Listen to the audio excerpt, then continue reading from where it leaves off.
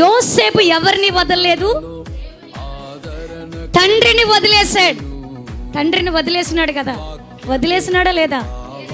అతడు వదల తండ్రిని వదిలేటట్లు ఈ అన్నదమ్ములే చేసేసినారు. అక్కడ తండ్రికి దూరం చేసినారు అన్నదమ్ములు.